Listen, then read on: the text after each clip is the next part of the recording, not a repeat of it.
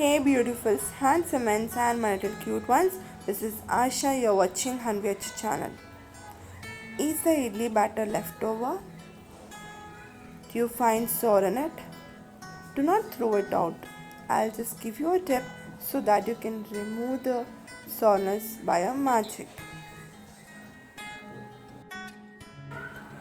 Here is what I do. Take the leftover batter. To that, add grated coconut, grated carrot,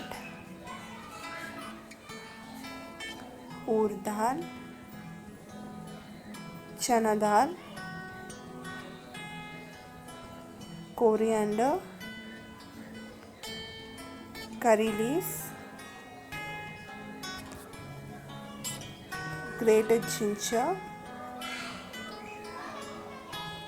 Mix this well with some salt and you can steam this out.